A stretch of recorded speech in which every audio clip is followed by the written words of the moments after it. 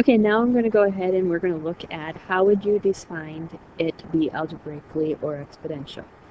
We are going to go over what linear and exponential means and how to look at the table.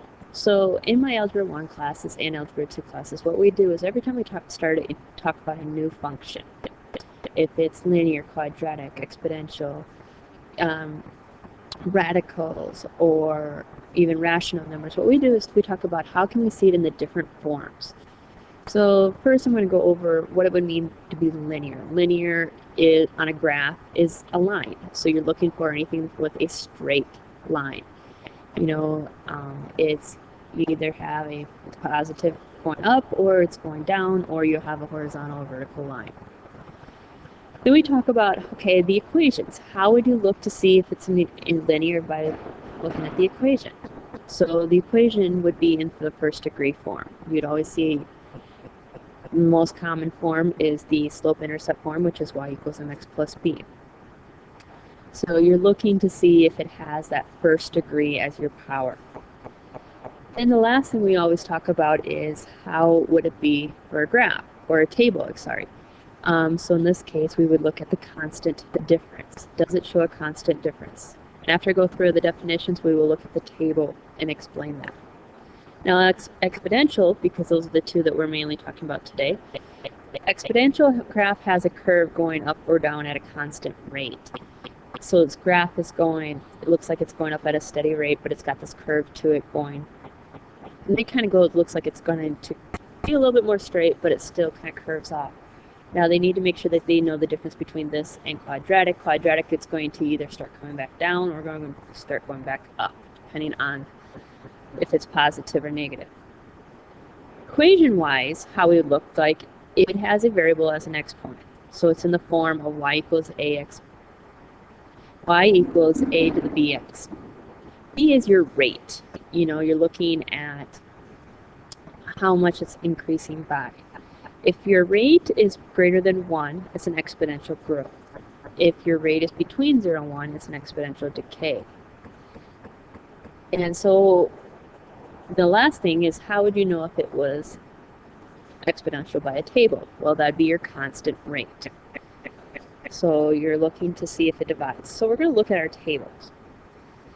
Now, we have here our tables for the 3 countries that we've been talking about, the combined confirmed cases, and then we also have the deaths. So what I would look to tell my students to look at to see if it's linear. Am I adding something constant every time? So am I adding the same number each time? And then if I was looking for an exponential, what I would ask my students to do is look to see, am I multiplying by something each time? Does it look like... So what I did is took our graphs that were made, and I'm looking at the one that has the 3 countries combined.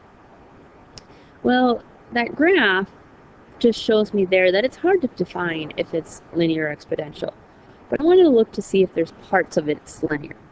So by the definition of linear, it's a straight line. So I'm going to look at from the 12/29 2014 to about February 28th 2015. You know, to look at that, because it has more of that straight line that we're looking for. So I'm going to go into my data, going back to my data, and I'm going to start looking at that data. So I said about 12, and actually here it looks like I started about in January 14th.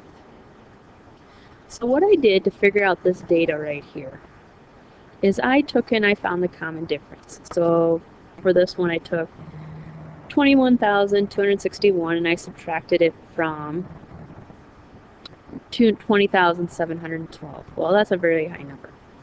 So let's find the difference here. So 21,689 minus 21,261, that gives me about 428.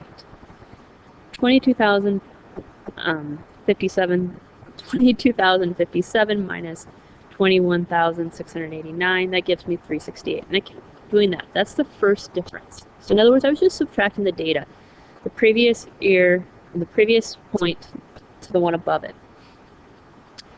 And I was kind of looking to see, okay, well, it's very similar, except for the 1,090 here. They're all kind of very similar. They're close to 400 to a point, you know, some about 20 off, 50 off. But it's very similar until I got to this one down here. When I subtract them, I got 220. Well, that tells me that my line is not there anymore. So I'm looking for that constant difference. Well, I know it's not the same number each time, but there's a reason for that. And what I would ask the students, why? Why is that not a reason? Why is it not going to be exact? You know, anytime that they graph linear lines, they're looking for exact numbers. Well, the reason why is because we're not looking at data that makes in a straight line. We're looking at more of a scatter plot where it has a variety of different points. So that is why it's not going to turn out to be exact. But it is kind of close, so they could kind of estimate and say, well, maybe this is linear here. Well, now I'm going to ask them, okay, well, what about exponential? So I looked at the graph, and I kind of looked right in here about the points of November 29th to about December 29th. So I looked at that spot. So I went in my data here. So I started actually 10/30, so October 31st with the data.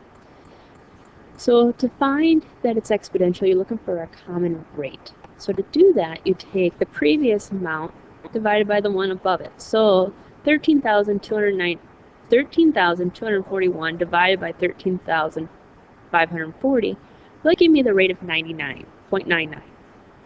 And then I did that with the previous next one and the next one. So as you can see that the rate is very close to, so I'm looking right here, this rate is very close to being close to 1. Again, it's not all the same. Well, I'd ask the students, why is it not going to be the same? The reason would be is because it has, again, a scatter plot. Now, well, what about quadratic? You know, we've talked about linear and exponential, but what about quadratic? How could they figure out if it's quadratic by using the data? Well, quadratic would be the second difference.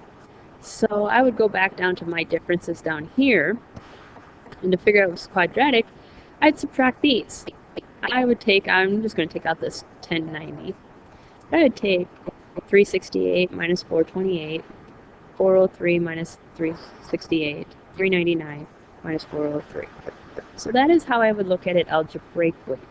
Later on, we'll talk about how to look at it with the graphs, but that's how you would look at the tables to see if it's going to be exponential or linear.